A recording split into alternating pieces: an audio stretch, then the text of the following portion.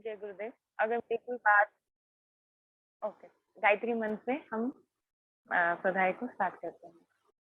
ओम भूर्भुवः स्वः तत्सवितुर्वरेण्यं भर्गो देवस्य धीमहि धियो यो नः प्रचोदयात्। अभी तक हमने देखा गुरुदेव की book my life it's legacy and messages कि किस तरीके से माता जी ने गुरुदेव का साथ दिया इस गायत्री तपोभूमि को आगे बढ़ाने में। किस तरीके से गायत्री परिवार में जब वो एब्सेंट रहते थे, उनके एब्सेंस में किस तरीके से माता जी काम करती थी, किस तरीके से वहाँ के जो भी कार्यकर्ता थे उनके लिए प्यार बांटना, उनसे इतने आदर सत्कार से बात करना। उन्होंने बताया कि वो किस तरीके से मेरे जीवन में एक बहुत इम्पोर्टेंट रोल प्ले करती हैं, कि उन्होंने कैसे त्याग और डिटर्मिनेशन के साथ मेरे साथ कंधे से कंधा मिलाते हुए उन्होंने इस मिशन को, जो भी मैं करना चाहता था लाइफ में, किस तरीके से उन्होंने मेरा साथ दिया। वो एक अर्बन फैमिली से अर्बन फैमिली से आती थी, जहाँ पे थोड़ा सा हाई फाई प्रोफाइल वाली फैमिली थी, बट वो फिर भी, और गुरुदेव भी अच्छे खासे फैमिली से थे मगर वो गांव से थे। बट उन्होंने किस तरीके से सिटी की होते हुए भी गांव में उनकी फैमिली में आके किस तरीके से घुल मिल गई, किस तरीके से उन्होंने गुरुदेव के जो उनके जो सपने थे, मतलब मिशन था, जिस काम में वो लगे पड़े थे, उन्होंने किस तरीके से इतने प्यार से अपने गहने तक को गिरवी रख दिया, जबकि उनको किसी चीज से मोह माया नहीं था। उनको ये गर्व, जो ये मटेरियलिस्टिक चीजें थी, ज्वेलरीज हो या जो भी लेडीज की जो भी मटेरियलिस्टिक चीजें होती हैं, उनसे उनको कोई इंटरेस्ट नहीं था, कोई मतलब नहीं था, क्योंकि वो सिर्फ गुरुदेव के उद्देश्यों को पूरा करना चाहती थी। और वो जानती थी कि वो जिस लाइन पे जा रहे हैं, जिस पाथ पे जा रहे हैं, वो जन का सेवा, लोगों की सेवा करना चाहते हैं।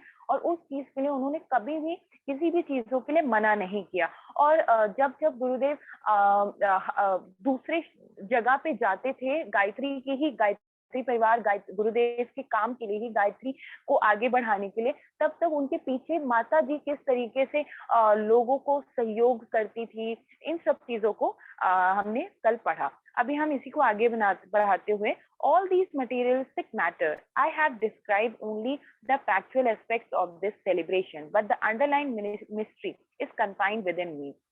Nobody could imagine how these arrangements were made and who are behind these accomplishments. It was all the play of invisible power. Rishi whom यहाँ पे उन्होंने बताया कि जो जो भी इतने सारे जो जादू चीजें हुई हैं, जो चमत्कारी चीजें हुई हैं, वो मैं आपको सब कुछ तो नहीं बता सकते। मैंने आपको बस एक छोटी छोटी चीजें बताई हैं कि कैसे कैसे कैसे चमत्कारी चीजें हुई हैं।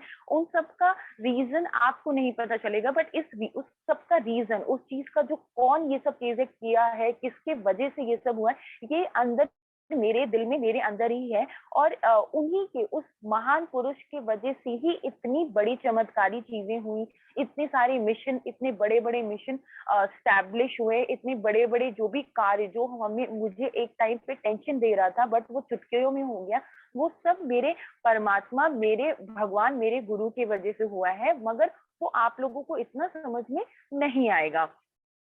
Rishi, whom I had met during my first visit to Himalaya, were also present in the yagnas in the astral body. People said that it was a miracle brought by me, but the fact is that I was looking at the entire game as a mere spectator. Like यहाँ पे उन्होंने बताया कि उस जो यज्ञ था, उसमें हमारे जो, मैं जिन ऋषियों से हिमालय पे मिला था, वो ऋषि भी आए थे उन यज्ञ में। और वो यज्ञ इतना धूमधाम, इतनी शानदार तरीके से हुआ था, जो कि महाभारत के बाद कभी भी कहीं भी नहीं हुआ था। और लोगों ने बोला कि आपने बहुत अच्छा किया है, बहुत मेहनत की है, बट उन्होंने बोला कि मेरा तो कोई रोल था ही नहीं, मैं तो सिर्फ एक ऐसा इंसान था जो कठपुतली की तरह काम करते जा रहा था और चुपचाप बैठे हुए चीजें होते हुए देख रहा था। ये तो मेरे परमात्मा और वो एस्ट्रल बॉडी में जो ऋषि थे, उन्होंने ये सब करवाया है, वरना मेरे अकेले की वजह से मैं ये सब चीजें कभी कर ही नहीं सकता था। The third work which I had to do at Mathura was construction of Gayatri Tapobhumi. A small building could not have served have served the need of such a stipend program. It is constructed work is still going on even after my leaving to Mathura. I had now been extended and developed in a form of Pragya Nagar. यहाँ पे उन्होंने बताया जो मेरा तीसरा काम था ये था कि जो हमने एक गायत्री मंदिर जो छोटा सा बनाया था हमें उसको बड़ा बनाना था, गायत्री तपोभूमि को बड़ा करना था, क्योंकि वहां पे अब धीरे धीरे लोग इतने ज्यादा जुड़ चुके थे और इतने बड़े बड़े वहां पे कार्य करने थे कि उतनी छोटी सी जगह पे नहीं किया जा सकता था। और उन्होंने बोला कि वो जो कंस्ट्रक्शन का वर्क था, वो जो तपोभूमि का कार्य था, वो मेरे मथुरा को छोड़ने के बाद जब मैं हरिद्वार भी आ गया था, मेरे एब्सेंस में भी वो काम हो रहा था। It has now been extended and developed in a form of, और अब वो बहुत बड़ा, अब क्योंकि उनके उसका कार्य हो चुका है, अब वो बहुत एक्सटेंडेड, बहुत बड़ा हो गया है और अब वो प्रज्ञा नगर के नाम से जाना जाता है। Those who have visited Mathura are amazed to see the campus of Gayatri Tapobhumi, its stress, arrangement of stay of visitor and dedication of a worker.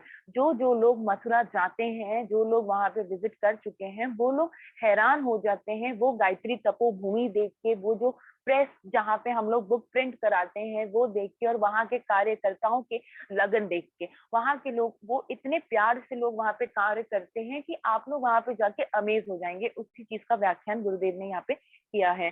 The credit for such a grand campus and it's management could not be given to an individual but to an invisible power which is using me as an instrument। यहाँ पे उन्होंने बताया कि इस चीज का जो भी इतना बड़ा आली शानदार जो भी वहाँ पे स्टैब्लिश हो रखा है, वो किसी एक इंसान को हम क्रेडिट नहीं दे सकते। कोई मुझे नहीं बोल सकता कि मैंने ये चीजें की हैं। मैं तो ये मानता हूँ कि एक इनविजिबल जो पावर जो मेरे साथ रहते थे, जिन्होंने अपने हाथों में मुझे बैठा के रखा था, उनकी वजह से यहाँ इतना बड़ा ये कार्य पूरा हो रखा है। It's just the power of God. मतलब उन्होंने देखिए उनके अंदर एक अहम वाली फीलिंग कभी आई नहीं, और वो हर लाइन में, अगर आप सीखना चाहते हैं तो हर लाइन में गुरुदेव की बुक में यही है, मैं वाली मतलब आए ही ना, मैं फीलिंग आए ना, अहम आए ना। हर चीज को आप यूनिवर्स को थैंक्स बोलिए, अपने आसपास के लोगों को बोलिए जिन्होंने आपको आगे बढ़ाया है। अर्जुन चौरस was driven by Sri Krishna as his choritors. It may be said that Arjuna and Pandavas fought the Mahabharat war and achieved victory, but their own valuable courage and strength. But it was not true. There were the same Pandavas in whom presence Draupadi was unwrapped and they could do nothing. During the periods of existence, they remained under the disgrace and worked as their servant. देखिए यहाँ पे उन्होंने यही बताया कि इस line में जो भी है, यहाँ पे ये बताया कि आप परमात्मा के बिना जिंदगी में कुछ भी नहीं कर सकते। जैसे कि अर्जुन का जो रथ था वो श्री कृष्ण ने चलाया था, और अर्जुन और यहाँ पे जो पांडवा के बीच में झगड़ा हुआ था, जो भी फाइट हुआ था महाभारत में, ये बोला जाता है कि वो दोनों ने अपने अपने बल से झगड़ा किया, मतलब उन्होंने अपने बल से जीता है वॉर। बट एक्चुअली में बात सच नहीं है। बात सच ये है कि वो कृष्ण जी के साथ थे, कृष्ण जी का उनके ऊपर कृपा था पांडवास पे, अर्जुन पे, तब जाके वो जीते हैं। अगर एक पॉइंट पे जब पांडवा जी के पास जब कृष्ण जी का आशीर्वाद नहीं था तो वो अपने द्रौपदी को नहीं बचा पाए थे। द्रौपदी ने खुद अपने आप को बचाया था कृष्ण जी के शरण में आके। तो वो इस लाइन में यहाँ पे एक तरीके से यही बता रहे हैं कि आपको जिंदगी में कुछ भी अगर करना है, कुछ भी अगर जीना है या कुछ भी पाना है, आपको परमात्मा की शरण में आना ही पड़ेगा। एक इंसान जो परमात्मा के बिना है और एक इंसान जो परमात्मा के साथ है, ये दोनों की जिंदगी की जर्नी एकदम अलग होगी और दोनों की जिंदगी की प्राप्ति भी एकदम अलग होगी। आपको जो बैठे बैठाए मिल जाए वो शायद आपके पिछले जन्म के कार्य होंगे तो आपको मिल जाएंगे, मगर आप वही अगर आप अपने परमात्मा के साथ हैं, आपको मेहनत करनी पड़ेगी, बट आपको उस मेहनत में भी मजा आएगा क्योंकि आपके परमात्मा आपके साथ है। उसके बाद आपको जो रिजल्ट मिलेगा वो आपको 24 टाइम्स 34 टाइम्स मैक्सिमम मिलेगा आपकी मेहनत से ज्यादा, क्योंकि आपके परमात्मा आपके साथ हैं और आपको उस जर्नी में कोई रिस्ट्रेन नहीं होगा, कोई थकान नहीं होगा, कोई एग्जॉस्ट sin नहीं होगा, क्योंकि आपके परमात्मा आपके साथ हैं। एक minute. My competence is quite insignificant. If anybody wants to take account of my achievement to Mathura, he will have to bear in mind the fact about hmm, fact about my life sadhana. I should not be regarded anything beyond a puppet who cylinder and dance to a true tune of its master. This feeling was dedicated and cylinder in the central theme of my story of my life. यहाँ पे उन्होंने यही बताया कि अगर किसी को मेरे इन सारी चीजों को जानना है, और अगर उनको मथुरा की चीजों को देखना है, या उनको अगर ये लग रहा है कि मैं इतना पावरफुल इंसान था कि मैंने ये सब चीजें की हैं, तो मेरी जिंदगी सिर्फ साधना के आसपास घूमती है, और मैं उस साधना और उस परमात्मा के चरण में आने के बाद ही मैं ये सब चीजें कर पाया हूँ, और मेरी जिंदगी सिर्फ परमात्मा ही थे और उनके उसूल ही थे, उनके राह पे चलना ही था, इसीलिए आज मैं जिंदगी में कुछ भी कर पाया हूँ। इसके साथ हम ये एक वो नया पैरा स्टार्ट कर रहे हैं। Before I proceed further, it will be appropriate to describe three important phases of my life. Sadhana, which was linked with my spiritual progress. इन्होंने बोला कि जैसे जैसे धीरे धीरे हम आगे बढ़ रहे हैं, बट उससे पहले मैं आपको तीन इंपॉर्टेंट चीजें बताना चाहता हूँ, तीन important phase of my life बताना चाहता हूँ। उनमें से एक है जो कि साधना से लिंक है, और पहला है साधना। It has been the centre point of my successful life journey. देखिए, उन्होंने बोला कि जो मैं साधना करता था वही मेरा एक सेंट्रल पॉइंट है मेरी जिंदगी में सक्सेस पाने का। मैं अपने जिंदगी में आगे इसीलिए बढ़ पाया हूँ क्योंकि करता था, मैं परमात्मा के साथ था। मैंने उनको अपना एक पपेट बोल लीजिए, क्योंकि वो पपेट थे। गुरुदेव जो थे एक कठपुतली थे, और जो उनके गुरु थे वो कठपुतली को चलाने वाले थे, और वो अपनी जिंदगी को अपनी पूरी जिंदगी अपने परमात्मा के हाथों पे उन्हें छोड़ दिया था, सौंप दिया था, और जो गुरुदेव बोलते थे वही हमारे गुरुदेव करते थे। तो इसी तरीके से उन्होंने बोला कि मेरी जिंदगी में जो भी प्राप्ति हुई है मुझे, वो मेरे गुरु के साधना, मैंने जो साधना की है उनको अपने साथ जो कनेक्ट कर रखा है उसकी वजह से ही हुई है। If the reader of this book are inspired to the proceeds of this path, they should assimilate the philosophy behind the sadhana which I have adopted in my life. उन्होंने बताया, अगर जो रीडर जो ये बुक रीड कर रहे हैं, जो भी मेरी बुक सुन रहे हैं, जो भी मेरी बुक पढ़ रहे हैं, अगर उनको मेरी तरह जिंदगी में साधना के रास्ते पे आगे बढ़ना है, तो पहले आपको साधना को क्लियरली समझना होगा, उसकी फिलॉसफी को उतारना होगा, जो कि मैंने अपनी जिंदगी में उतारा है। Mysterious occult events, no doubt, sound interesting, but they are confined only to the person concerned. Hypnotism by such event, if a person performs the same ritual and pay a visit to Himalaya, he will be getting nothing. देखिए, यहाँ पे उन्होंने बताया कि अगर आपको ये लगता है कि साधना या भगवान की पूजा करना मतलब कुछ चमत्कारी जादुई शक्ति आपके पास आ जाएगी, या आपके सामने कोई प्रकट हो जाएगी, और इसके लिए आप हिमालय तक जा रहे हैं साधना करने के लिए, पूजा करने के लिए, क्योंकि हमारे पास सामने कोई स्पिरिचुअल पावर आ जाए, कोई एक पावर मिल जाए, तो आपको इसमें कुछ नहीं मिलेगा, सिर्फ आपका टाइम वेस्ट होगा और कुछ भी नहीं है। यहाँ पे देखिए, क्लियर वर्ड्स में गुरुदेव ने बताया, साधना इज नथिंग। साधना, इसका मतलब ये नहीं होता कि आपको कोई एक पावर मिल जाएगी, आपको कोई एक स्पिरिचुअलिटी, एक कोई मिस्ट्री पावर मिल जाएगी और आपने चुटकी घुमाया और जिंदगी में सारे कार्य हो गए, या आपके पास इतनी पावर आ जाएगी कि आप एक सुपीरियर, एक लीडर बन जाएंगे। ऐसा कुछ साधना आपको नहीं देता है।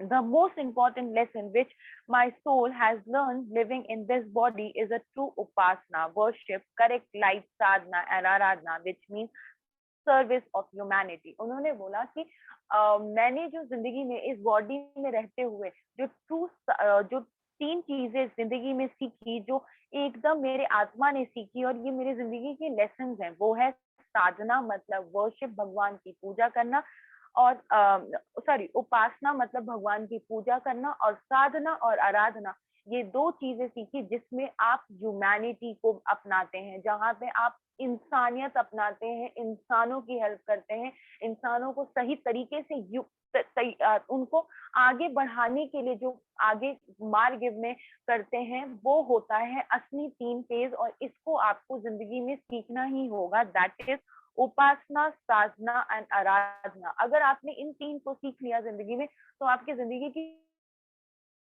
चीजें सॉल्व हो जाती हैं। और गुरुदेव ने अपने इस ह्यूमन बॉडी में रहते हुए उन्होंने अपने सोल को ये 3 चीजें सिखाई हैं। This is a path which can transform a person into into a divinism human being, a rishi, a messenger of God. अगर आपने ये 3 चीजें सीख ली, करेक्ट चीजें सीख ली, आज के टाइम में पूजा हर कोई करता है, हम भी करते हैं, आप भी करते हैं, बट पूजा का असली मतलब क्या होता है ये हमें नहीं पता। हमें लगता है कि पूजा करना मतलब अगरबत्ती चढ़ाना, प्रसाद चढ़ाना, मंदिर में दर्शन करना, हमारी पूजा हो गई। इट्स नॉट पूजा। आप भगवान को बेवकूफ, अभी आप आगे धीरे धीरे इस बुक में पढ़ेंगे तब पता चलेगा। गुरुदेव ने भी यही बोला। हमें लगता है हमने प्रसाद चढ़ा दिया, हमने अगरबत्ती चढ़ा दी, हमने मंदिर में दर्शन कर लिया तो भगवान हमसे खुश हो गया। हमें लगता है हम भगवान को बेवकूफ बना सकते हैं, बट असली पूजा वो होती है जब आप अपने दिल को साफ करके भगवान से अपने आप को कनेक्ट करते हैं, और दिल को साफ करके जब आप इंसान को सही तरीके से ट्रीट करते हैं, वो असली साधना होती है, वही वही असली उपासना होती है, वही असली आराधना होती है। मैंने हमेशा यही बोला कि पूजा करना, या गुरुदेव ने भी यही बोला, पूजा करना मतलब मंदिर में बैठना नहीं होता। आप पूजा हर टाइम कर सकते हैं, अपने आसपास के इंसानों को सही तरीके से यूज करके, उनको सही तरीके से मार्गदर्शन दे के, उनसे अच्छी तरीके से ट्रीट करके। टू बी ऑनेस्ट, मैं मंदिर में ज्यादा देर नहीं बैठती हूँ। मैं मंदिर में मैक्स टू मैक्स आधे घंटे बैठती हूँ, उससे ज्यादा नहीं बैठती, बट मैं जिंदगी भर हर टाइम साधना कर रही होती हूँ, क्योंकि मैं अपने आसपास के लोगों को सही तरीके से बिहेव कर रही होती हूँ। मेरे लिए यही साधना होती है। मेरे लिए मेरे आसपास के लोगों से बात करना, प्यार से बात करना, उनका प्रॉब्लम सुनना, ये साधना है। और मैं इसमें खुश हूँ। और वही परमात्मा ने भी बताया कि अगर आपने इन 3 चीजों को सीख लिया तो आप मैसेंजर ऑफ गॉड बन जाएंगे, आप भगवान के मैसेंजर बन जाएंगे, आप भगवान एक इतने डिवाइन पावर बन जाएंगे, आप इतने अच्छे इंसान बन जाएंगे कि आपको भगवान को बुलाना नहीं पड़ेगा, भगवान आपके पास खुद आएंगे। रियल फॉर्म ऑफ उपासना। अब आपको एक मिनट रुकिए। हाँ, a man need food, cloth, shelter of substance, pen, ink, paper are needed for writing a book, seed, manure, waters are needed for growing a crop. No one, not one, but all these three are important and none of them can be ignored. For a spiritual progress also, coordination of upasana, sadhana, aradhana is needed. All these qualities are equally important. देखिए यहाँ पे उन्होंने बताया जैसे इंसान को खाना, food, shelter, आपको घर चाहिए रहने के लिए, खाना चाहिए होता है, कपड़े चाहिए होते हैं पहनने के लिए, वैसे जैसे पेन चाहिए होता है, इंक चाहिए होता है, पेपर चाहिए होता है लिखने के लिए, इन अ सिमिलर वे एक प्लांट को ग्रो करने के लिए सीड और मैन्योर, ये सब चीजें इंपॉर्टेंट है। आप इन सब चीजों के बिना नहीं रह सकते, आपको इन सब चीजों की जरूरत होगी। इन अ सिमिलर वे, जैसे इन अ सिमिलर वे, अगर आपको स्पिरिचुअलिटी के पाथ पे आगे बढ़ना है, अगर आपको अपने आप को इतना स्पिरिचुअल पावरफुल बनाना है, तो आपको ये तीनों चीजों को कोऑर्डिनेट करके चलना पड़ेगा, ये तीनों चीजों को इक्वली इंपॉर्टेंस देना पड़ेगा, तब जाके आप अपने आप को एक प्योर सोल बना पाएंगे। ये 3 चीज अगर आपके हाथ में हाथ रख के आप चलेंगे, अगर आपको ये लगता है कि आप पूजा पाठ करते रहें बट आपके अंदर इंसानों को सही तरीके से ट्रीट करना या अपने आसपास के लोगों को सही तरीके से बिहेव करना नहीं आता, आई एम सॉरी बट आप स्पिरिचुअलिटी के रास्ते पे कभी आगे नहीं बढ़ सकते। आपको इन तीनों को सही तरीके से चलना आना होगा। मन में से छल कपट, लोगों को नीचा दिखाना, लोगों को गलत तरीके से ट्रीट करना, इन सब चीजों को हटाना पड़ेगा। तब आप पूजा ना करें, तब आप आधा घंटा, आप 5 मिनट बैठे परमात्मा के साथ, फिर भी आप परमात्मा के साथ कनेक्ट होंगे, क्योंकि आपका मन पवित्र है। अगर आपके मन में मैल है और तब आप परमात्मा से कनेक्ट होने जाएंगे, नहीं होगा आपका कुछ भी, नहीं आप जुड़ पाएंगे परमात्मा के साथ। Real form of Upasana, the aspect which is secondary and minor that is mechanical adoration, puja part has been wrongly considered in upasana। देखिए यहाँ पे भी वही बोला, हम जो पूजा पाठ हम जो इंसान आजकल समझते हैं मैकेनिकल एडॉप्शन, जो हमने मटेरियलिस्टिक चीजों को एडॉप्ट कर रखा है, उसको हमने जो पूजा पाठ का एक फॉर्म दे रखा है, उसको बहुत गलत कंसिडर किया है एज अ साधना, एज अ उपासना। वर्शिप की उपासना मतलब पूजा पाठ।